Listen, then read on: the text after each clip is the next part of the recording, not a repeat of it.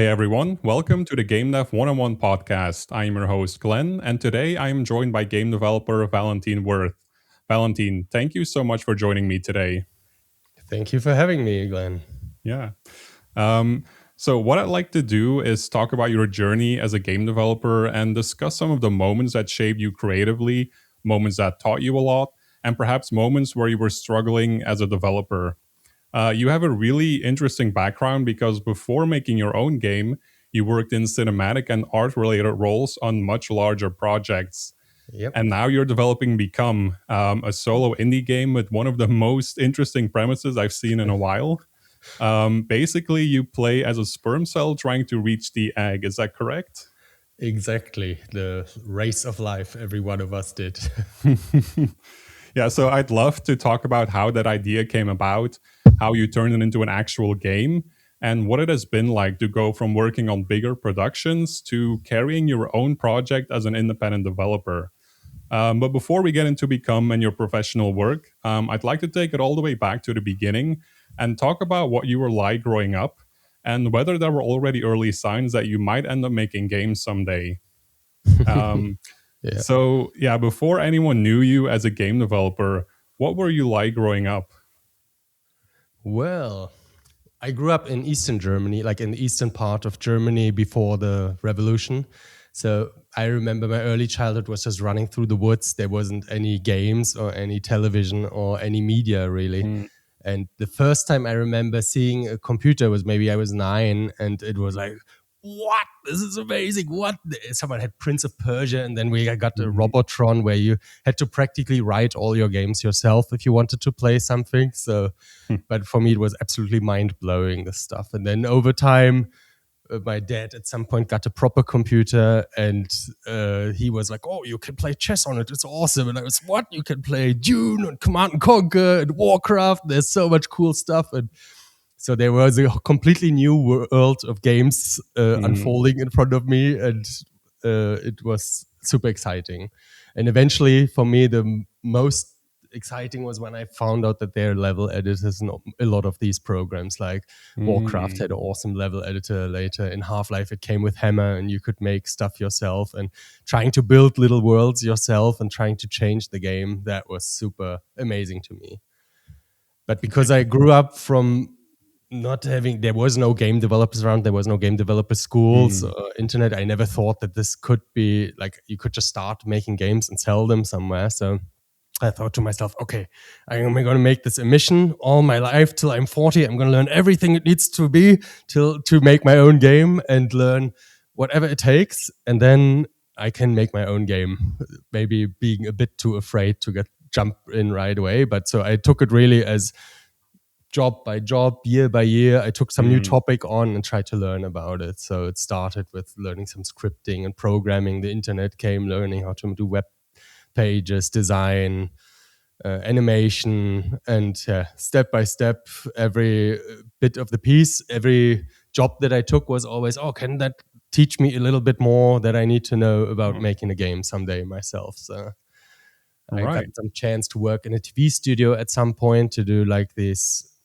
There was a mix of things from trailers and marketing stuff, but also there was a uh, news 3D animations, which were awesome because you got like in the morning, you got a topic and you had to Mm. really quickly build stuff, animate it, have it done, render it out till Oh. a few hours later. So there was stuff like plane crashes or whatever, something with a train that happened. Or there Mm. was also some other shows. I don't remember what it's called, Actor or something. Anyways, you had to do medical animation, and I found that also always super exciting and amazing. Like we had a few meshes around the body, and then you had to show, I don't know, how blood cloths are made, how breast size Ah. reduction is happening. They always had very spicy topics, so I Yeah, yeah, found yeah. these hilarious. They were great. So yeah, that was but that was still just making videos in the end. And then eventually I Yeah. got into a publisher there. I could make videos for games. And then I got into game studio and make really uh, work on proper games. So that was the Okay, starting so point. like your first couple of jobs weren't in game development itself then. You transitioned into that. Yes. I was.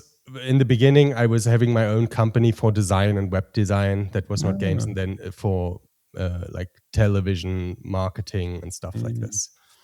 Yeah. okay, okay. And yeah, but always the goal was always on every project, can I learn something? So even on if I had some like animated trailer or something, I tried to find out, okay, now let's find out how to get real-time renderer working, instead of in Maya you had to always wait forever to render something. So but they were the first real-time ones that you could get really fast feedback, and every project had something cool to learn about how to make games. So yeah. Yeah, yeah. Okay. And is that how your background in like cinematics developed early on then? Because you said you were making videos more and then you transitioned into games? Yeah, I guess I also always had a love for visuals and art. Mm. And I remember still in the beginning, I had to do both, because it was always in the company, like you had both programming and the art side was just much more fun for me. And whenever I had programming, it felt like my brain is somewhat melting. I think I maybe still kept some of this. So if it gets more complicated or math heavy, my brain is still having enough. And the art side is always like, oh, this is fun. Let's do some more. Yeah. So it was more visually focused. Yeah, yeah. And I read that you worked on Mafia 3, right? Yes, yeah. At some point, I got the chance to move to Czech Republic and work on the Mafia games, and that was one of these games that, when I was younger, was super influential. Like Mafia One, this idea that you can actually be inside a world and there's real characters. They're not just like some. They felt like real personalities with problems and struggles, and it was so exciting to me. And you could go through this whole story and play through it yourself. It was different than just watching a movie, so that was super exciting. And when I got the chance to work here, I thought, let's just take the leap of faith, see what it is. I didn't know much about Czech Republic or the studio here, so I thought, let's just try it and see where it leads me. And then I ended up maybe almost 10 years in the working on the Mafia games and other things Yeah, how in and 2K. how did you find your way there? Like did you just apply for a job or did someone reach out to you? Yeah, I think some, what is it, like a headhunting agency or something, just Okay. called someday, hey, would you be interested in trying this? And then they did an interview and we had a few phone calls. I could come by here to just check out the town. Yeah. And then it just step by step went. It was quite nice, quite uncomplicated. Yeah. Was that your first experience with like a big AAA title, or were you working on other AAA games before that? Like before that, I was working in Gameforge, which is, they are more on the publisher side, and but Mm, it is in the end still a bigger company. But yes, it was the first time that it's really in-house developing the game, but it still felt quite similar because we were doing cinematics, and it's not that drastically different than working in the marketing department. But yeah, it was a new world as well, new team, new place. yeah, and Yeah. what did working in like AAA development teach you about how games are built? Well, I started off in just the normal editor position, and so step by step you are learning more and more how the whole machine works, or how all the team works. So after, in the beginning, it was just playing around with their custom engine, getting to know all the other teams and figuring out what is really awesome in a bigger company like this is that you don't have to do everything yourself. Before, it was, if I Mm, wanted to do an animation, you have to model it, animate it, rig it, render it, whatever, everything you have to do, and relatively quick. But there you can just say, hey, I need this new character, I have this scene here, need a car and some trees, and we need a different environment. And people would just build a lot of things for you, and you can take all the things and put them together and build a story out of it. It was also super interesting to see how the cooperation between the writers, us, then other mm. departments, actors, and mocap worked. So it was all way bigger scale than when you just quickly try to build something yourself. So that's super exciting as well, having this huge pool of, you have practically the whole game world to tell stories with, which is Yeah. amazing. Like if you you come up with some idea, you have a whole pool of different casts, different characters, different people. Someone will in the end create music and sound effects for it. It's just way more professional and a Yeah. different way of working. Yeah. And once development had ended on Mafia 3, did you then stay at the company or did you move on to another game?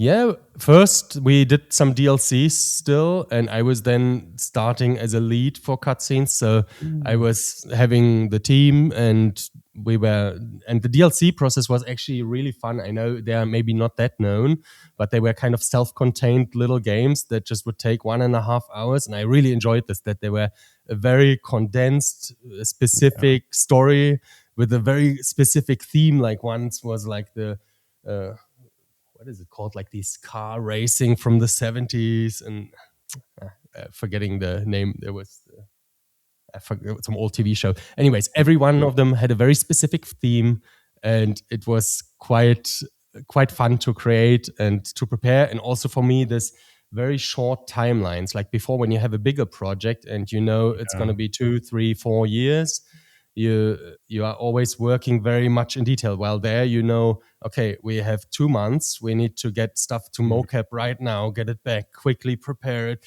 edit it together, and get it done. And while we get it done, we already start working on the next one. And it was more iterative, more quicker. And I think, at least to me, this is a workflow that I quite enjoy when Okay. you get stuff done quickly. Yeah. It also sounds a bit stressful. Like doing all that work, condense it in 2 months. I don't know. I guess I bit thrive in not too healthy work behavior, but yeah, I really enjoy this. Once the more intensity there is, the more I guess I enjoy it. Now I had, for instance, we were just earlier shortly talking this game show and preparing for that as well. When it's like really long days and really high focus, that to me Mm. is the most enjoyable time. Okay. I'm Yeah. curious, like, what did working on a big game like Mafia 3, like, what did that teach you that you still use now as a solo developer? Yeah. There is maybe well, there is a lot of things. I think one of the most important is you have all the connections, all the people that you know from before. So you can go back and Mm. you're really getting stuck on some, I don't know, UI thing. So you always know, oh, I can ask this UI developer. I have some foliage problem. You can ask this guy. And everyone knows some knowledge. They're super nice. They Mm. share things with you. So it's just knowing who knows, to me, is one of the great skills. I think I used to have once a producer that I found really impressive because she wasn't trying to solve your problems, but she would just get you and say, okay, this is your problem. Here, this Mm. is the person you should get to know, talk with each other, and she would just connect the two people and this way figure out your problem. And I feel this, like Mm. knowing who knows and connecting the people together and talking with each other. This is excellent skill that I Yeah. find very useful from AAA. Okay. Yeah. Great. On the other hand, there was also a bunch of stuff. If you're a bigger company, it's also way more organizational overhead, especially once you're in Mm. lead roles or direction. You're just it more and more less time you spend creating things, and more Mm. time you will be giving feedback, solving problems, doing work, organizational things, and setting up the vision for later. But you don't get your hands dirty so much anymore. So Yeah, that's right. one Right. side where I maybe started overcompensating against it a bit, and I'm slowly starting now to get back to it and finding like the even balance. It was, I Right. think, for some time where I thought, let's just not have any plan, let's just go every day, get the most amazing thing done that I can, and then next day we'll see what's next. So now I'm Yeah. slowly starting to balance this out again. You like to make quick progress, it sounds like. Yeah, I really enjoy, especially in the very beginning time of a project, there is a phase where you can just every day do big chunks of progress. And it might not be the Mm. most important thing, but if you have that done, you would anyways have done it. So I'm not sure if the order is always so important. So if you keep on working on the thing that you're really passionate about and right now can do a big contribution to the project, I think it's also quite useful.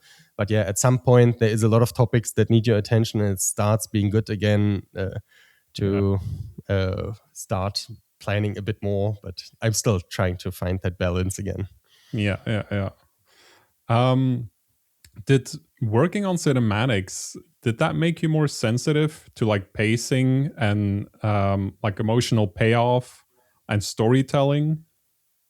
Yeah, I think so. There, although, oh, where to start? Yes, it definitely is. My way of thinking, I noticed, is much more about what does it look like, how does it move, what is the emotion that I'm trying to evoke. While I see Yeah. some designers that I'm right now discussing with and talking with, I see that their mental image is different. They think like in a side view and what is the function, what is the thing, how am I using this gameplay mechanic to revert something. So I think there are different ways of thinking, and Mhm. I'm naturally way more inclined to first think about what is the feeling that I'm trying to evoke, what is the like what is the kind of arc that I'm working on, and where do I want to get to.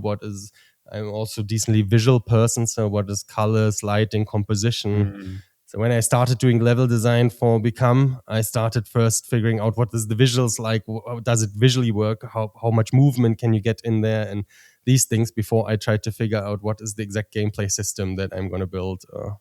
Yeah, So yeah, yeah, I yeah. guess a designer has a different mindset, while a programmer might also have a different mindset. They think way more about systems and how they can work together. So yeah, everyone has their initial starting point, how to think about things. Yeah, yeah. And did AAA production, did that eventually make you more excited to go solo, or did it make you more afraid to start something all on your own? I think honestly, I've told myself so long for so many years, soon you're going to make your own game. Then you release your game again and say, it's kind of also a game that I worked on, so it's fine. Mhm. Then you release the next one and you say, maybe for now I have the team here to worry about, and let's see when it's more stable. And so I always postponed it a bit further and a bit further. And then Mhm. I was already past 40, so I thought, yeah, 1 year more, 2 years more, whatever, I'll start. So I don't think that it made me more afraid of it, but it's a relatively comfortable position. You have a Mhm. team to work together. They are all great people, and you have stability. You always, when I watch all the indie dev documentaries, it's Mhm. not guaranteed or simple, or it is so many more hats that you wear. So Yeah, it's very to take difficult. this leap was took a while. Yeah, yeah. And so like what was there a specific moment that really motivated you and pushed you to pursue your own game? Yeah. For me, it took a few steps. So I all the time at home tried to make my own games. They always ended up way too big, Mm. so I didn't ever finish them. Then at some point in Hunger, in the Mafia company, we were working on a different game that was never announced and released. So I had a bunch of years where I worked on it. I had the feeling now the team is pretty independent. The project is not burning. I will go off and try it on my own again. So I started thinking about what could I do, but then I met another friend from another company, and he mentioned, "Oh, we really need help with cutscenes. Would you want to Yeah. join?" So I thought, okay, for a few months I can help you guys. It's okay. So I joined there. That was another 2 years gone. But then there was a point where I got really sick, and for a few months I was knocked out, and noticed, yeah, if I continue like this, who knows if there will be some time. So it's now or never. So I just said, okay, bye, I'm leaving, and started off. And then I still was maybe for some time thinking, is it just midlife crisis or something? Should I try other things, building a house or carving stuff out of wood? And I tried it for a while, and I noticed whatever I do all day long, I'm anyways just thinking about how to make a game out of it. Might as well make a game. So Yeah. I was trying a bunch of different things, and all the time was all day long running the game design thoughts. So I thought, let's just do it and Wow, go for okay. it.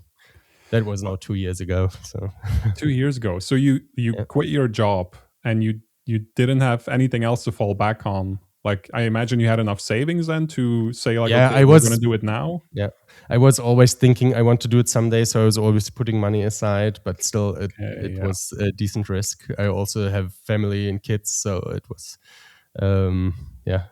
But I knew I have to do it, so I yeah. Okay, so you felt prepared to make a game alone, I assume, or did you maybe underestimate how many roles you'd have to take on? Because to be clear, you're making become completely on your own, right? Like you're doing everything by yourself. It started completely on my own, but lately there are a few people that are helping. I'll get to that in a second. But Yeah, first, yeah. to the if I felt I did think I'm pretty prepared. Like I knew about all the departments, and I had some experience in scripting and in art and in animation and game design. I've tried to do like game jam games in Unreal, but I very much underestimated what a difference it is, like leading a team and giving them feedback on design and them doing it versus doing it Mm, yourself, telling a programmer what you need in a tool and then writing the tool yourself. So yeah, and Unreal's learning curve as well. It's very fun at the when you do your first prototypes, but once you have to, for every topic, you have to kind of learn a completely new tool. So it's been much bigger than I anticipated, and every department is really, there's a reason why there is a dedicated job for being a level designer, for being yeah, a musician, for being a sound engineer, for being a programmer. So yeah, yeah, but step by step, you learn things yeah. with it. Yeah. um, yeah, let's just get into like the development of Become then. What was a spark for the idea? Yeah, there are a few spots where this started. And one is maybe, if I can branch out for a second, I was Yeah, once yeah, go ahead. talking with my aunt. She had her Mhm. 80th birthday and was asking her if she felt any different than when she was younger. And she was saying, no, I feel like exactly the same person as when I was 17, except that my body hurts more. Like if I Mm, move stuff, it's different, but you don't change so much. And I noticed with myself as well, I always had the assumption when I was when I'm 40, I will feel really adult and not have the same stupid humor anymore and don't find the same things funny anymore. But mhm, somehow most of these things, they don't change so much.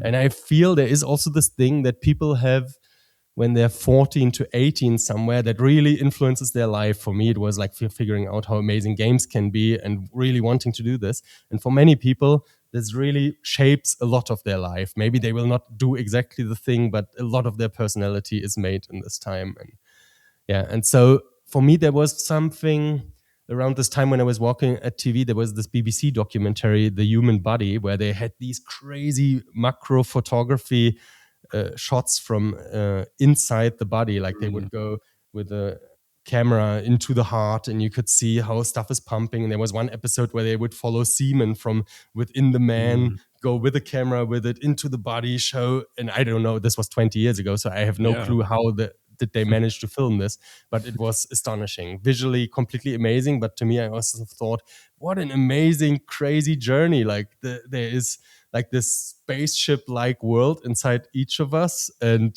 it looks just spaceship like because all the sci-fi uses microbiology as a reference, but it's in real there, and it's a real journey that each of us went through. That would be an amazing topic for a game. So yeah, I figured let's give that a try. And the last point was maybe when I was then talking with friends in the pub about it, and when you see the reaction of people to it and other people, and they instantly come up with jokes about it, and everyone can't stop doing like double meaning Yeah, humor. yeah, It was hilarious. And I could just see, okay, there's maybe some potential there. It's not just me who has a bit silly mind, but it seems a lot of the guys remain some of their naja, humor from childhood. yeah, yeah, yeah. And this was like after you had already quit your job that you got the idea, or was this maybe slightly before? It always grows slowly. Like the first Mm, time when I saw this documentary 20 years ago, I thought, wow, that would be a crazy game. But then okay. I moved on. And then when I quit my job, I was thinking, yeah, what could I do realistically now? What kind of game can I actually as a single developer I can't spend 5 years, 10 years on it. So can I do really Mm, small? So I thought, okay, let's go really small. Let's don't do cinematics that I know is complicated. Let's not do mm, character animation, voiceover, and all kinds of things that are super expensive. So then I mhm. went smaller and smaller and smaller, and I ended up microcosmic small. So yeah, I thought that is probably possible to create in a relatively short time frame. Yeah, yeah, yeah. And so like you just opened up an engine and you just started working on it? Like did you have a concrete plan, or were you just kind of like making prototypes first?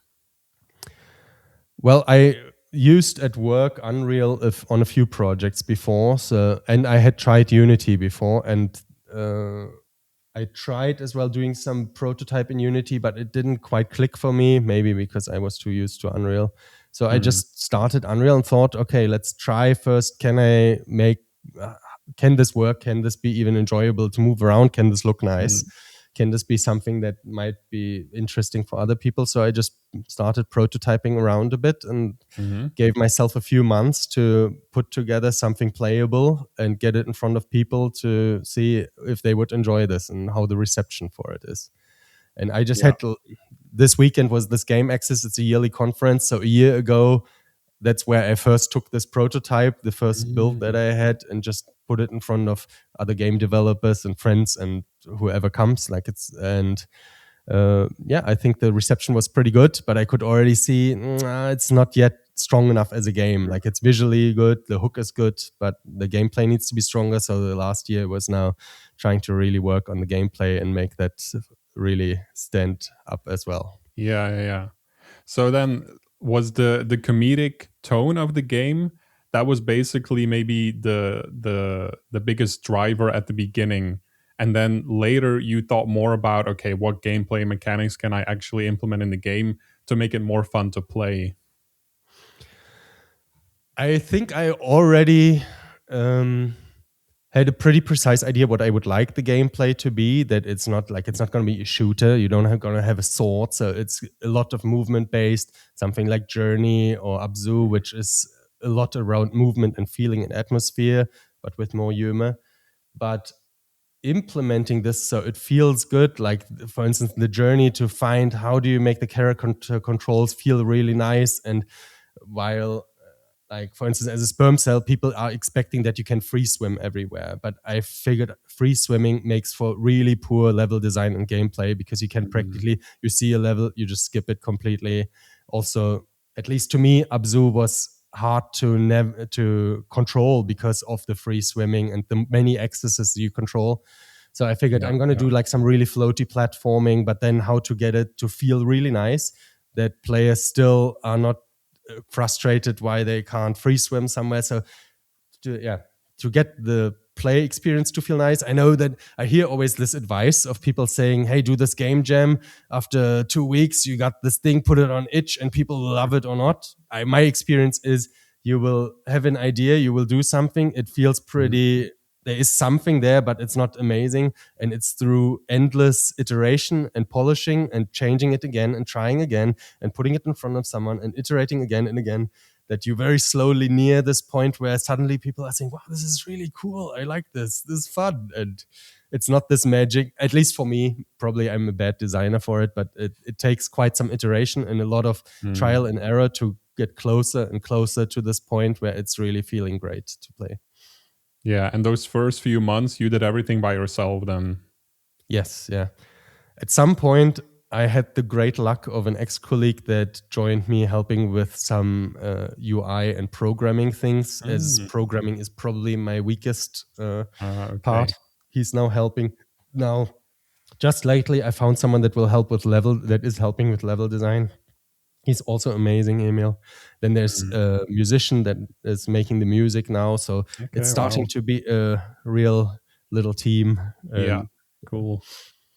yeah, When you were like developing the game by yourself those first few months, were you ever worried that the idea was maybe like too weird or risky or maybe easy to misunderstand?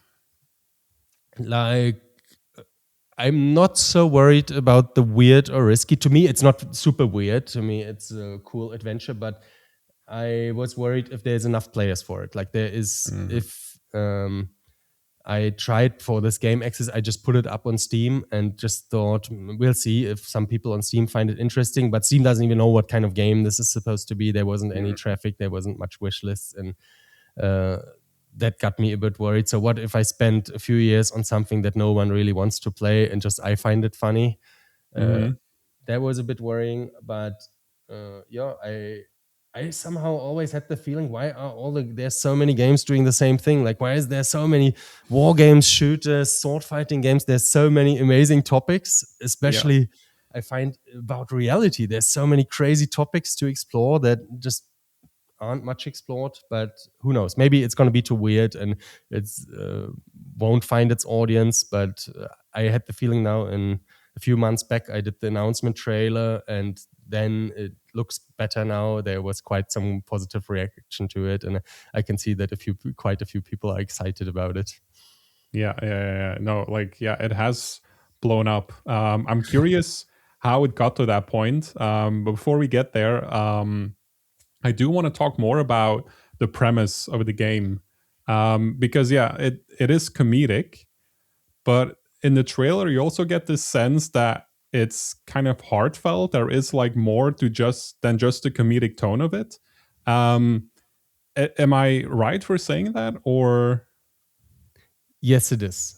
Well, I don't know how much I should. I don't want to spoil the end of the game, but my goal is definitely to start off with comedy and humor, and I want to have people enjoy themselves and have a good laugh. But definitely, Mhm. I would like to there to be more. And uh, yeah, I'm not sure how much to already spoil here. So We don't have to my, spoil for anything. me, We there are just two other approaches. Like I'm storyteller, so I would like to yeah, also have an emotional arc in there, but also yeah. I'm hoping that people accidentally, I don't want to be annoying and tell them like, here, learn something about microbiology, but I'm hoping that as they laugh properly and have a good fun, that they also find out something about how life works and reproduction works. And I think that could be also Okay. pretty fun. Okay, yeah. It must be tough making a more comedic game, because doing comedy is hard. There's not a lot of comedy games. So how did you kind of balance that whole thing where you're not trying to make it feel cheap or one note? So how did you do that? Well, I'm not sure yet. We'll see. Yeah, I find it is hard, and I'm very surprised how few comedic games there are. And I mean, there is a lot of weird slapstick, but not. There's some games like Untitled Goose Game or Mm, that are genuinely hilarious. yeah. But this is also very hard, as you said. So I'm trying my best. I'm trying to find this balance. To me, it's the best is when people have the double meaning in their head, but it's not said outright. So if you're implying things that whoever, depending on their how old they are or how naughty their mind is, they might have the double meaning or not. And I think this is your own voice. This is usually the funniest. So I'm hoping this will work out well. We'll see how it works. Yeah.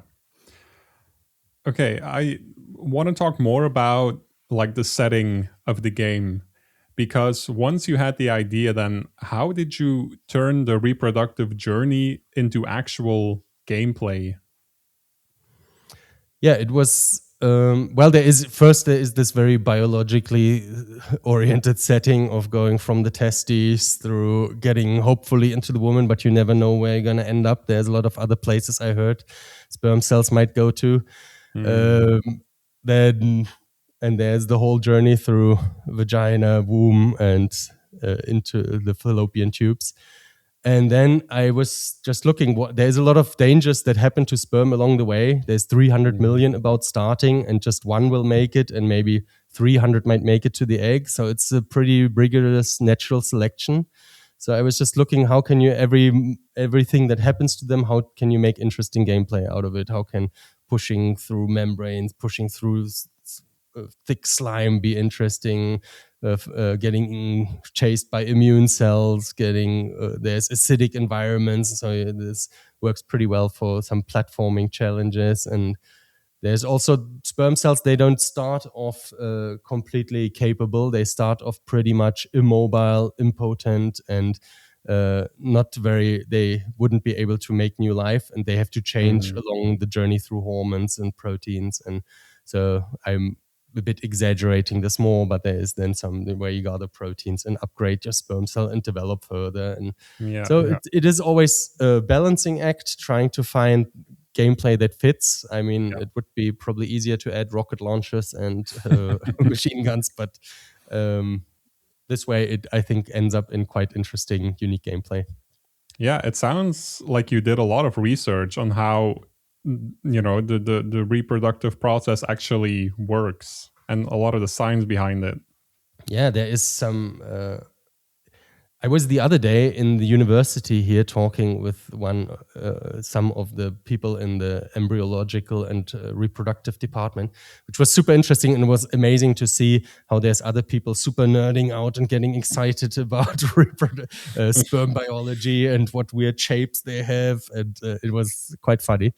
But yeah, there is some people, and one of the things that I found quite interesting is she was saying it's actually not much possible anymore to get electron microscopy of real human tissue, and reproductive cells is very hard these days. But they Mm. used to be 20, 30 years ago, people when rights about what you can do with human tissue and not were a bit looser. People that were Yeah. studying this very in depth and made amazing photo books and amazing documentation about what the inside of the human body looks like. And as an artist, to me, that stuff looks absolutely astonishing and was quite interesting to look at, and then find out, okay, how can you make interesting gameplay out of it? Yeah, yeah, yeah.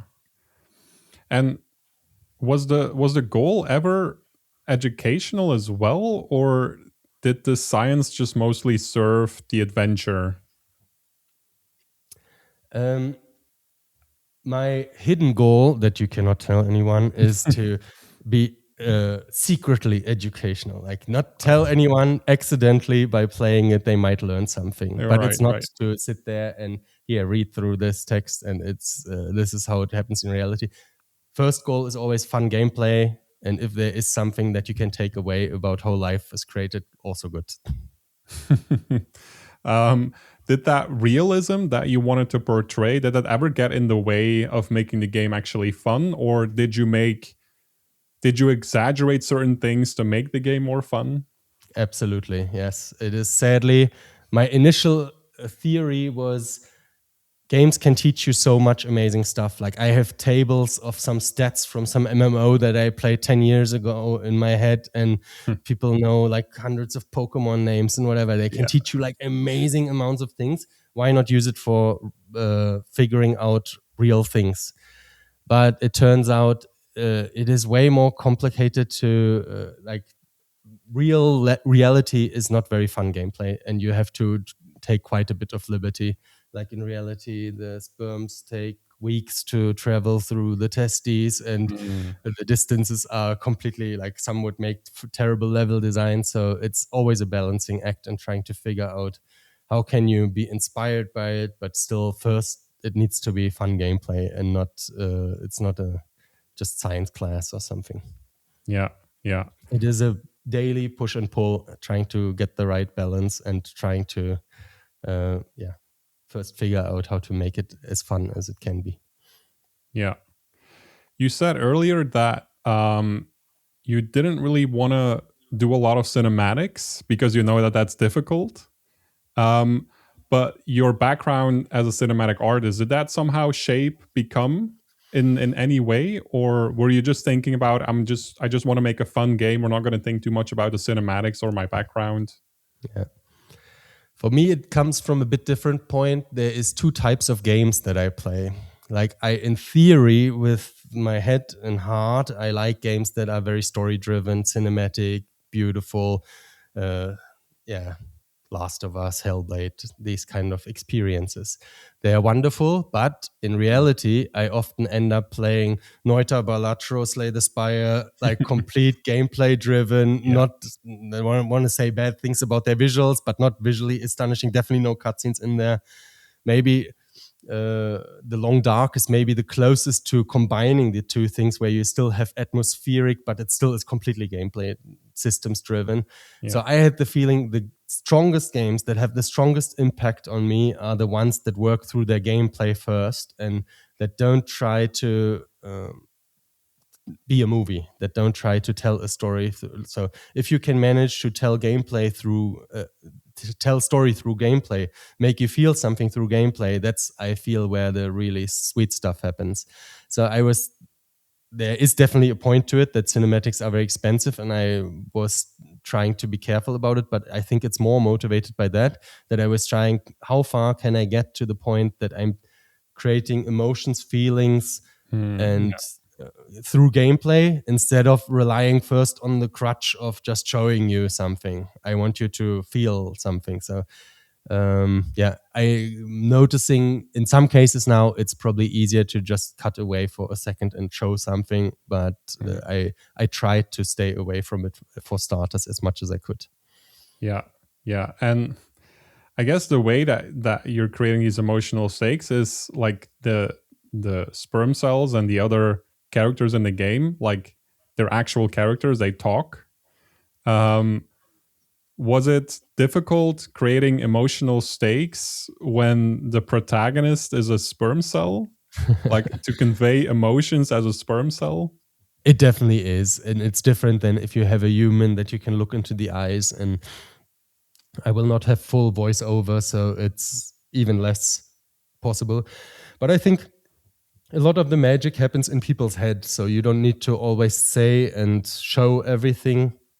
You can imply it and people fill in the rest. And I feel that's where some of this magic comes from in these games that maybe don't look quite as amazing as super big AAA production, but they make you in your head constantly run, oh, I want to achieve this. And there's many questions at once that you're trying to figure out. And it's a different kind of engagement, but I find this is, to me, what makes me want to play more. And this is, but yes, it is definitely not as easy making some deep emotional collection if you can't.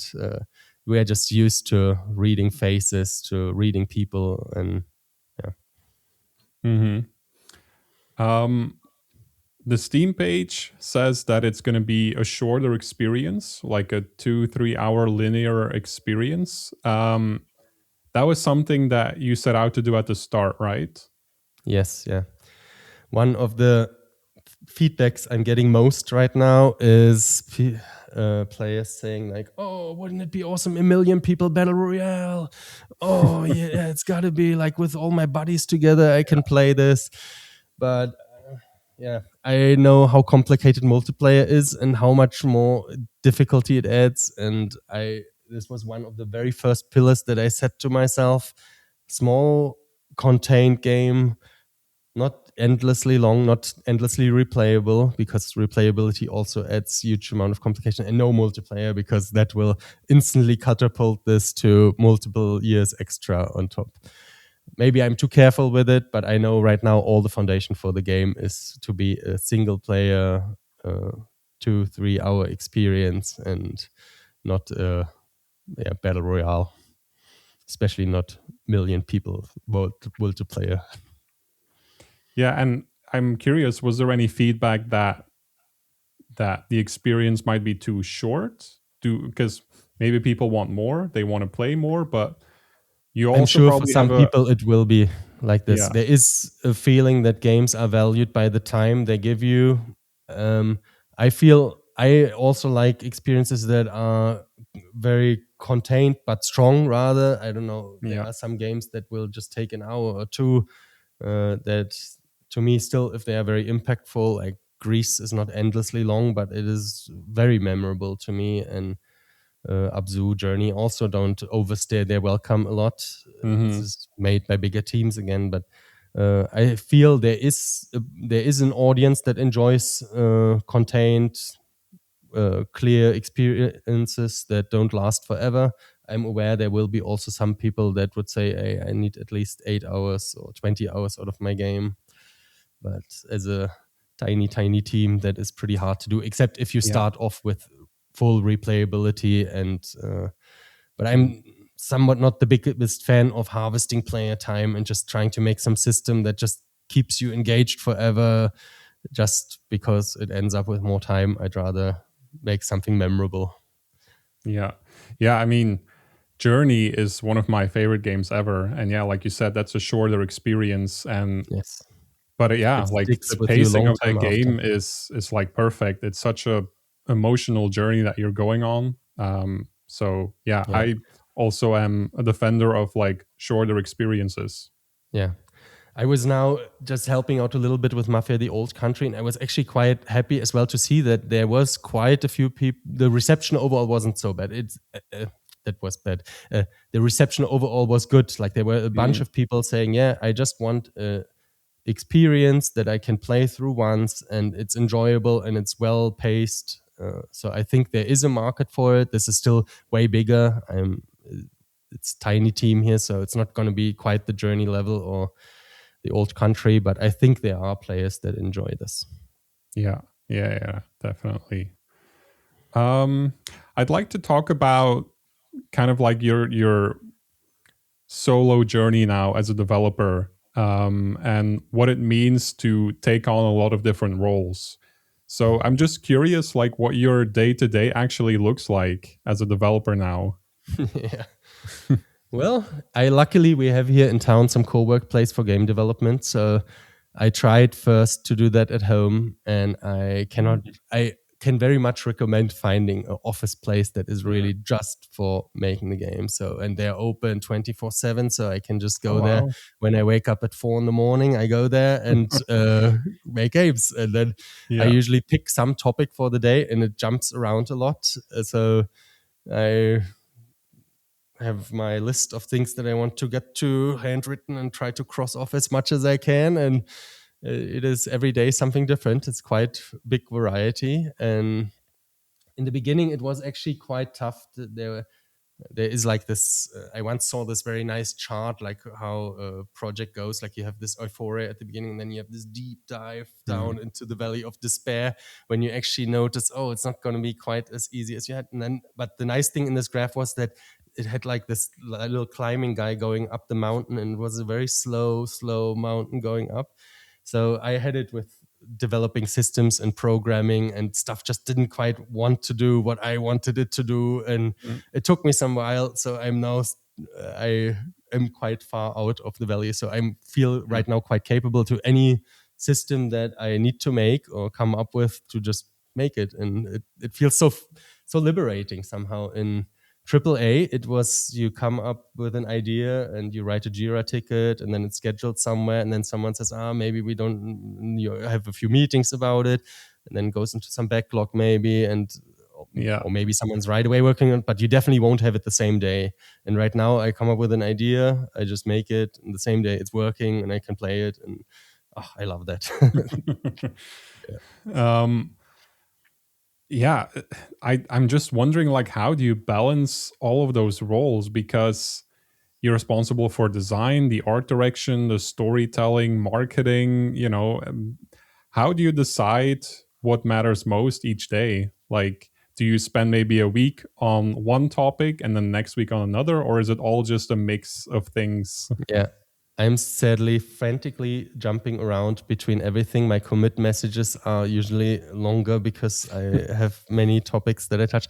But yeah, I try to do bigger chunks. Like I did in January, I did trailer. So I just spent 2-3 weeks just focusing on the trailer. And then I saw, okay, it's okay. People are actually interested in it. So I went back to gameplay and just figuring out all the remaining systems that needed some love and level design. And right now it's levels, and some remaining little tidbits that need to be made. So, but it is a lot of jumping around. I'm not super like Monday is my level design day, and Tuesday is Yeah. music and sound Okay. effects, and Wednesday marketing.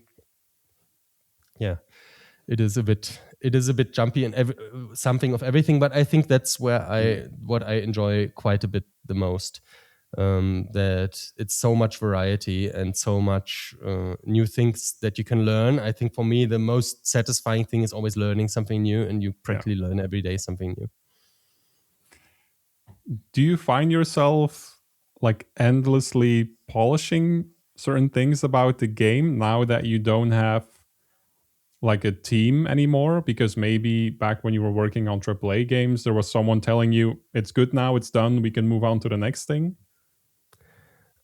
There was a time, I think, where I was quite struggling with how, like, you usually have this idea that you should start with super gray box level design, like, don't worry about art at all. Then you go into test that a bunch of time, iterate on it, then you block it out a bit more and maybe do some super rough art pass, and then you iterate more. And like, it didn't work so well for me. I usually started, okay, let's take some idea and finish it right away, like, and try. And I feel there was also some time where I would be focusing too much on visual things right away instead of just first proving it out with some people playing it. And this is for me a balancing thing that I'm trying to find the right level for. But I think overall, in general, I really enjoy this when you take something and right away finish it in, like, or maybe have two steps. Like right now, it's a design block out, then you art it up, and then later down the line, I can go back and start to do some polishing with it. It's not so important right now as long as the gameplay works. So finding this balance is a little bit of a balancing act, and I maybe tend to polish too early, but it's getting better and better, I feel, lately. Yeah. Do you miss having a large team, or does solo development like give you a kind of creative clarity? Like if you had to choose, would you go back at some point, or do you want to just pursue solo development now? I do enjoy this a lot now, but there is this advantage that I'm in this gaming co-work. So whenever I want to nerd around with some other game development or just want to vent about why is this AI tree thing so not, and then someone comes with, hey, did you try this? So I really do love this, having other colleagues around and being able to discuss things, talk, nerd around, and sometimes vent about things that don't quite want to go the way you want to. But luckily, this happens there, and there is plenty of people around. If I would be just at home, I think that would be tough for me. But like this, having other people around and still being able to very freely switch around what you do, this I think is really perfect. And right now, we are really three, like sometimes two, sometimes three, sometimes four people together there working on things. It's not lonesome, or it's a good mix. I think it's just the right amount. Let's talk about like announcing Become and going viral, because I'm really curious how that happened. What did it feel like to like make that announcement? Because it's your first indie game. It's something you've been dreaming of basically your whole life. So what did that feel like? Yeah, wow. I was nervous about that one. Yeah, I had the Steam page already existing and there wasn't much happening. And then, I go to these, like sometimes we have play sessions in the office and then you get like 20 wish lists. And I was quite nervous about it. So I thought the only thing that I can try is make a proper trailer, send it out to press beforehand and see if that will work. Otherwise, I should probably find a job again or something like that. So I did that and spent some time really trying to put together whatever I have and trying to make a nice trailer from it and send it a few weeks before to press and let them know. And but then when you send it out, the moment where you don't know, will anyone actually watch this? It was exciting once it really kicked off, and it goes like more. It went a lot of views, and especially the comments are hilarious. They are for me like an entertainment program on its own to just read the comment section for a while. Yeah, so you made the whole trailer by yourself. So yeah, because of your cinematic background, so that must have been like a big boon. Yeah, I had help with the music and sound effects. There is a local company here that did that. I'm not very good as a. I like music personally, but I think this level I will not achieve. So they were great, and yeah, and another friend who did the voiceover and recorded the All voices. right. So Yeah. Yeah. yeah, How and my did it? wife helped a lot with sending it Oh, out to everyone. I'm also pretty bad with organizational things, so oh, there's okay. there's a lot of weak spots, but always someone to help with things. Okay, so the press kind of just picked up the trailer and then it just snowballed. Did you do anything else to like promote the game? I actually got very few responses from press or anyone. Maybe that's normal. I'm not sure yet how this goes. I also don't know with influencers. There was maybe 2 channels, YouTube channels, that wrote back and said, "Yeah, can post it." Hmm. But then I think somehow the internet does its weird thing. Like people post about it, they then put it on Instagram and TikTok, and then someone else sees it. And then it took also a few days. And then you could really see in the wish list, oh, today it made it to the US. And suddenly US starts claiming. And then 2 days later, oh, it's in Japan. Oh, Japan starts claiming. No, it's in China. And it went like over a Wow. few days, it started rolling around the world. And somehow it it was, I guess, like there were some press outlets writing about it, but I think way more than that was just people sharing and making some funny clips from it, and then it just does the internet thing. Yeah. Because the trailer has now over, I think, 3 million views, and that's There are like just 2 yeah, trailers on YouTube from 2 channels. They have 3 million views together. Yeah, yeah, but there were also some of these. I maybe grew up too early, so I missed out on all the social media stuff. And there's some Instagram or TikTok videos with 20 million yeah, views where someone just films it off some screen. I I don't quite understand this, but I'm very glad that that everyone is sharing it and doing something with it. because and then you probably saw like the wish list just kept coming in, and now you're at over 60,000. I mean, Yeah, that it's must like have felt great. 125,000 now. It's pretty good. How 125,000? Yeah, yeah. Wow. Or Wow. 30. I didn't check it lately, but yeah. Damn. That's crazy. That's Yeah. great. That's crazy.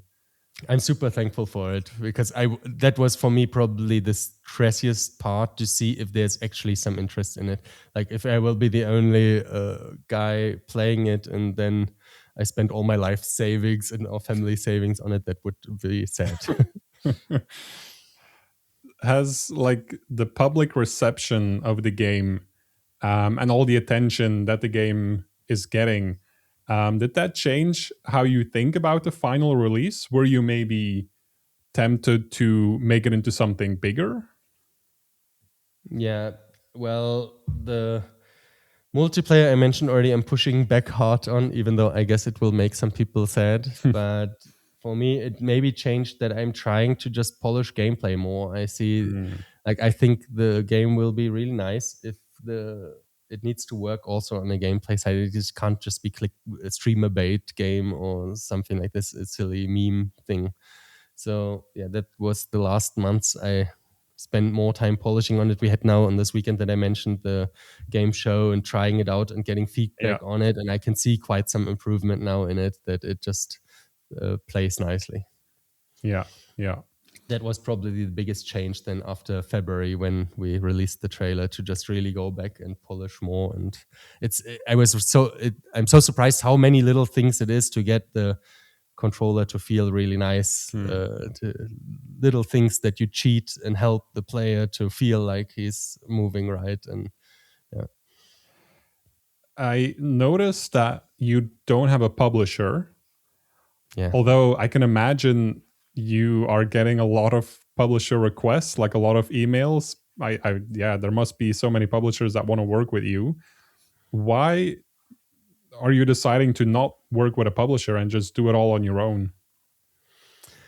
Yeah, I did get quite some messages afterwards, but for now, I do have the funding still. I saved all the last 20 years for it. And um, my feeling is, maybe it's one of the deformations, that I'm trying to do everything myself, but I feel everything that you're doing yourself, it will be a bit more painful, but you're going to learn something, and Mm, you're otherwise the other person learns it and they get better at it. But if I get better at it now, it will help me in the future.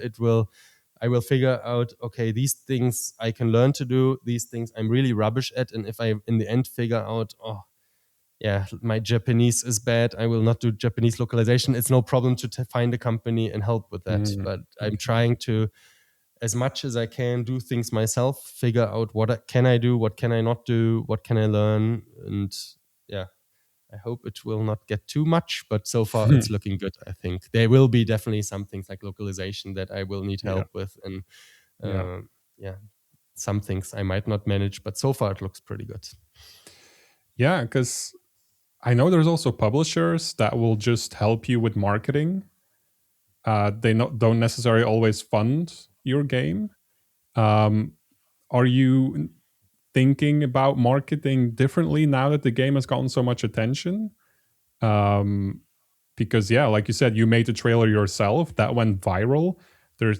So I'm still not 100% sure, but I think I will just continue like this. At some mm, point, I will, like, there is still a demo for Next Fest at some point. Then there's some release trailer, and who knows? Maybe I'll find someone that will help just with some specific thing in marketing. But overall, I think I hope this will be possible. And the more final the game is, the more nice things there are to show. It's a bit of a balancing act. You don't want to show everything, but still, I'm quite hopeful that this is possible.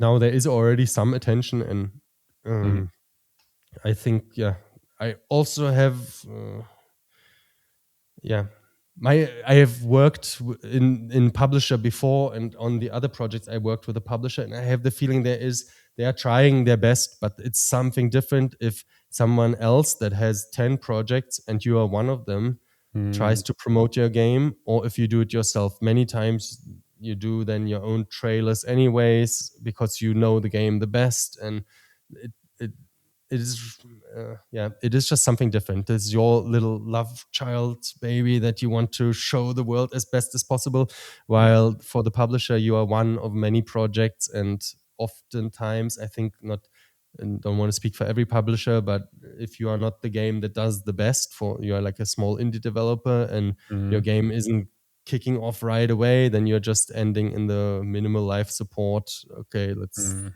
move on to the next game that maybe will do better. And there's a wide range of publishers, but I think is maybe not always the best thing for indie developer. And I was on the weekend, was a very interesting talk from Astrid, I forgot the last name, from Wings, the boss of the company, and she was talking about that indie developers actually do many of the things that publishers do anyways. mm, Like, you're usually doing your own marketing, you have your own Discord server and have your community that you keep together, and you, in the end, it's a few more things, maybe finding a localization company, but you can also just write them and say, hey, I have this game, this is all the dialogue lines that I have, and you can work with them to localize it. Also QA, it's possible to just write to a QA company and get help at the very end with it. So oftentimes the extra amount that the publisher can give you is maybe some connections. Sometimes it's maybe getting into some like Summer Games Fest show viewings because mm. of these connections. But oftentimes indie developers are doing actually a lot of things themselves that actually already have a big overlap with what the publisher is doing. Okay. Yeah, that's interesting you say that because the previous episode of the podcast that I did with Zach Northrop, he's working on a game called Worming from Home. Hmm. Also, very interesting premise, actually. But he also decided to not work with a publisher. And his game is also getting a lot of attention because the whole premise of you're a worm and you're doing a remote finance job, Yeah, that's funny instantly. So there's actually a lot of overlap with yeah. Become and Worming from Home in that sense. True. Yeah, But yeah, he has a YouTube channel. The trailer went viral. He's making a lot of shorts on the YouTube channel as well that go viral, that have millions of views. So yeah, he's just awesome. doing a lot of the marketing himself. Yeah, Um, yeah. yeah. And in the end, the publisher is also, if investment company, so they are trying to get money back, and they are not doing this for just trying to help you. So if you can cover all these things, it's a part of the money that you will like, if you can fund it. If you get money from the publisher and you need it, that's a different thing. And but right Yeah. now I have the freedom still to choose, so I will Yeah. try as far as I can get. Yeah. Cool. Um, yeah. So now you're building towards the release, which is this year, Q3, I think. It said on the Steam page. Mm, Q4 right now. I'm aiming somewhere around November, but it's not set in stone yet. Yeah. This just came to my head. Like, are you worried about GTA? I know it probably doesn't apply as much to indie games and indie developers. I know all the AAA developers are scared and moving all their projects to next year. Is that something you think about? No, not so much. I find it Okay. hilarious that everyone Yeah. I talk to is like, November, what? There's GTA. It's like you got to get far out of the way. But yeah, I I'm not so worried about that. It's a quite a different game, Yeah. different audience, different Exactly. scale. Yeah, Yeah. I guess you don't have it so much under control anyways. What will happen, it might be that the same day as you release, some publisher releases, I don't know, some great deal on their whole catalog and takes over a whole Steam page. Or, uh, I guess it's better to focus on making the best game you can do, Yeah. and then the rest will hopefully work out. Yeah. Yeah. Um, you said earlier that right now you're mainly focused, I think, on polishing the gameplay. Um, does that mean that you feel like you know exactly what the full game will be at this point, or are there other parts of the game that you're still discovering? Right now, it's a lot of level design. I have the feeling I know exactly what it will be, but Mm. there's always the unknown unknowns. So you get somewhere and you notice, dang, this is missing. Oh, I haven't thought about this enough. And I feel it's getting along very nicely, but there's always some new things that you find every day that Mm. uh, add something. And yeah, it's there is still plenty to do. Yeah. Since it's a shorter experience, are there a lot of ideas that you're also cutting, or are there? Do you know, like, okay, this idea would be good, but it would increase the runtime of the game, so we're not doing that? Yeah, there are definitely things where I know beforehand this is going to be super complicated, so let's find a different way to do it. And I'm not great with cutting stuff. Not great with cutting things. So I'm more a feature creeping. That's what I'm good at. But Yeah. I know there is a bunch of things where I just have to roll with what my idea is with it and not try to reinvent things. So I'm getting, at least for my levels, much more realistic and much more just making sure things get done. Yeah. But yeah, there is like the multiplayer, for instance, some crazy big things like this I will definitely not do anymore. But Yeah. there's also a bunch of quite a section of things that I would love to do, but we'll see if I get to it. And I have this big wall of sticky notes in my work desk behind me with all the ideas, and there's a whole section of very fun levels that I would like to get to, but I'll Okay. see what I could get to. Yeah. Yeah. Okay. Cool. There's so many silly ideas that you can do with Sperm. So Is the goal for this project, for this game, for it to become financially sustainable? Or since this is your first indie game, is it more about proving you can ship a solo project? well, I would love to. Yeah, my focus is trying to make something that is financially carrying itself. It's not just a hobby project, but the second goal for me is to prove out, is this for me better than AAA? Where Mm. do I feel really happy? Like I mentioned before, I was once sick in between, and from that point on, I'm always thinking everything I do, is this now feeling better? Does it feel right? Does it feel like I'm really enjoying this? Or is it just something that I'm doing because I have to do it right now? And I notice creating things and making things and solving problems and learning stuff. That's where I really thrive. And so far, for me, the clear Hmm. trajectory is if there's any chance that I get paid continuing doing games, Yeah. I'm continuing on. So yeah, I'm trying to make it that it's a project that can carry itself and to make it possible that I can keep making games. Yeah. I'm wondering how you think about pricing the game, because that's always, I feel like, a topic that's not discussed as much, especially with shorter games and indie games. Like how much are we going to Yeah. ask for this game? I know that there was an article recently on the pricing of Mina the Hollower, because they're selling it for $20. I think Silk Song was also $20. Um, a lot That's of a people might say they crazy. could have asked much more for Silk Song. Sure. They Yeah. probably could have asked much more for Mina the Hollower as well. So I'm wondering how you think Mhm. about pricing your game. I don't have a specific price set yet, but it is has lots of levels. So I see as well a lot of indie games that I think are quite expensive. My feeling is at least I'm buying stuff on Steam right now if it's somewhere around $10 maybe. If it's a really small and niche game, sometimes I wait even for some sale to be below that. I don't know when I last time bought some really big $60 title. It's been a while, I guess. There's just so much awesome stuff there, and you can even sometimes you can get a bunch of demos and have a lot of fun for hours, and then you even try it out the game and can get it then when you really know you're gonna enjoy that. So um, yeah, my feeling is uh, 20 yeah, Silk Song $20 is quite low for the amount of content you Yeah. get. It's crazy.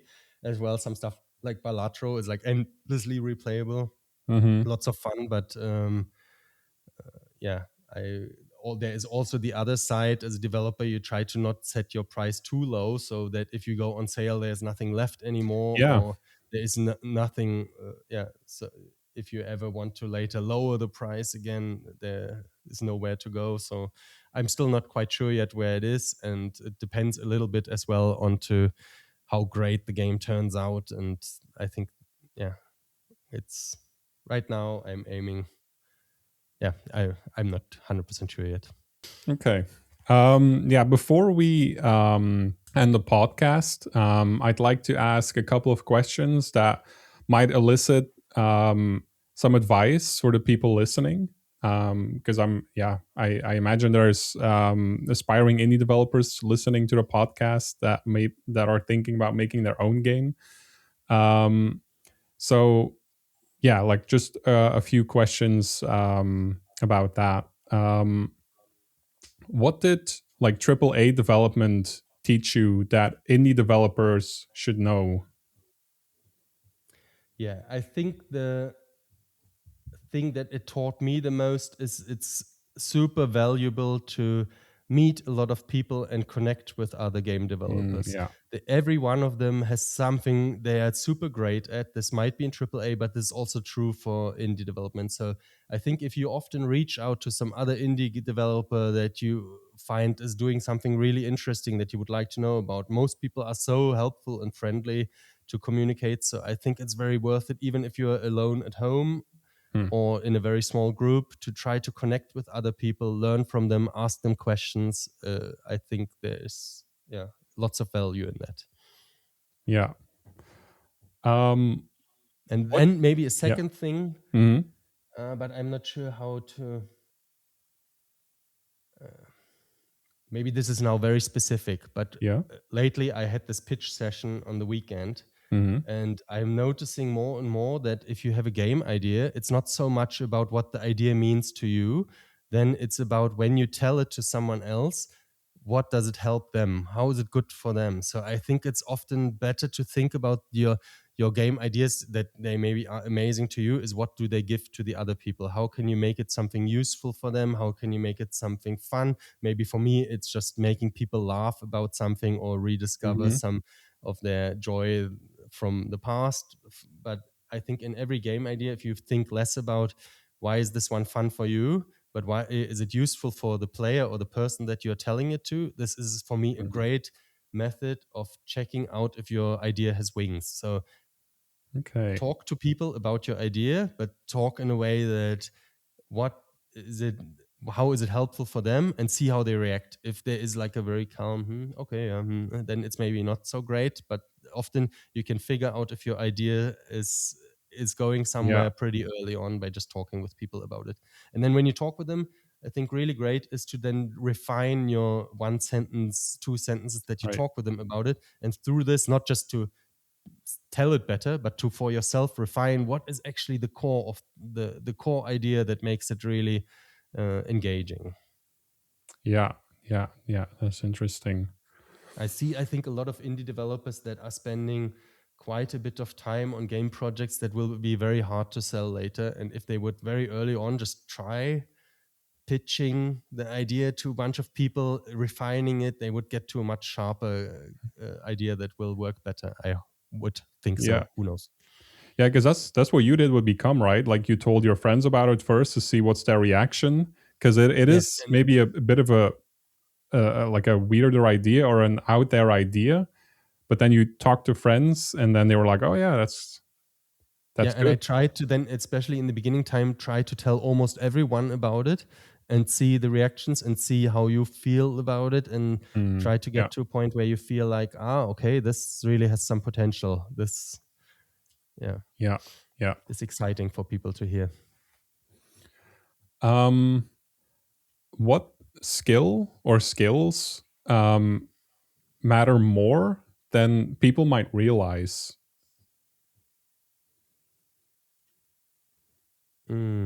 Good question. I don't know. I think like one is, I think, to just be there every day, like to, Mm, you don't have to get up early if getting up early is not your thing, but just to get yourself to sit down and get started, and instead of procrastinating on something, just get started. And then it doesn't need to be the most amazing thing that you start with, but just consistency gets you so much further than you might think. Like if you just get into a habit to, at a certain time, just be there, get yeah. started, you will automatically run into continuing on, and it will get rolling. So I think this is really a great thing to do. Yeah. Are there any maybe like productivity tools that you personally use, or is it Mm. just like you just know how to get started and I find for myself personally, I have like 2 or 3 times a day a super productive phase, but you never know where it mm, is. So the best way is to just have really long days. Start at 3 or 4 in the morning and try to go as much as you can till the kids want you. So yeah, if you have 12 hours in a day, the chances of having 3 productive sprints is way higher than if you do yeah, 6 hours a day. For me, it's somehow, I know it's with all the having work-life balance not considered too healthy, but I mm, feel just having more time working on something just gets also more out of it. And otherwise, I am a big fan of very old school piece paper. Write down the yeah, things you yeah, want to do and cross it off. I know there's lots of digital tools for it, but somehow it just is quick and dirty, and just you very low overhead. You don't, yeah, yeah. no distractions. And Yeah, and for you, it also helps to be in an environment surrounded by other people, right? Like you don't like working absolutely. from home. Yes. Yes. Having a dedicated place to work at, I think, is super important with Mm, any out distractions, and then having other people around that you can talk to, fall back with, sometimes just have a coffee, or sometimes just discuss some problem with that you're stuck on, just even if this is not their topic of expertise, but just to bounce back and forth the ideas. yeah. Okay. I have one last question. How do you know whether an idea is worth committing years of your life to? Because, yeah, we talked about you can pitch it to friends, see what they say, but you might have a ton of other ideas that you pitch, and they're all, and some of them are good, some of them are not. But then how do you pick the one that you're like, okay, now we're going to sit down and spend months, years working on this? Yeah.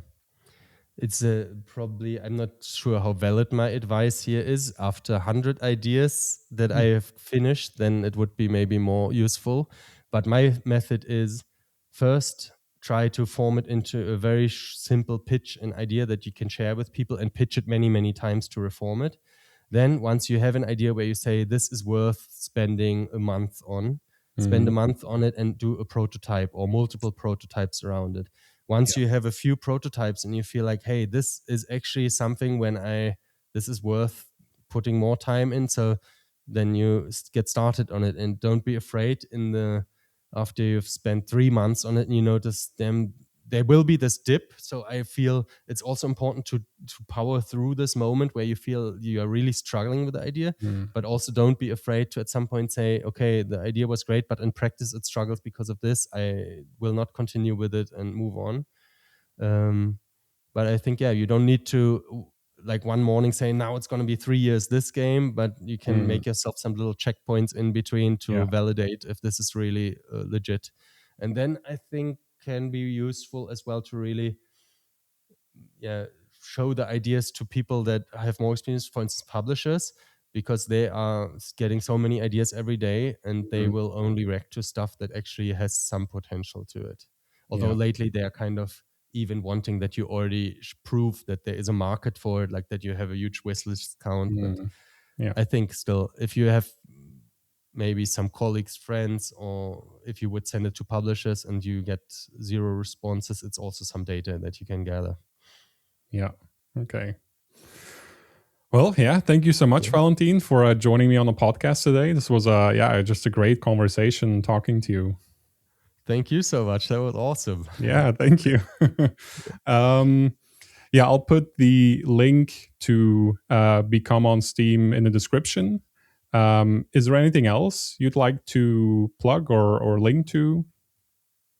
No, that is great. It's awesome to talk about it. I love your show, by the way, both the one-on-ones, but the other ones, they are like, from editing point, you must have been spending so much time on each of these episodes. Like there's a lot of love and patience that goes into them, right? Yeah, thank you. I just try to kind of, I guess, like mimic the style of the game, but then I have to create a lot of custom assets for all the video editing. It takes a lot of work. Yes. I basically have to start from scratch with every video. But that's what makes it interesting for me, that it's always different.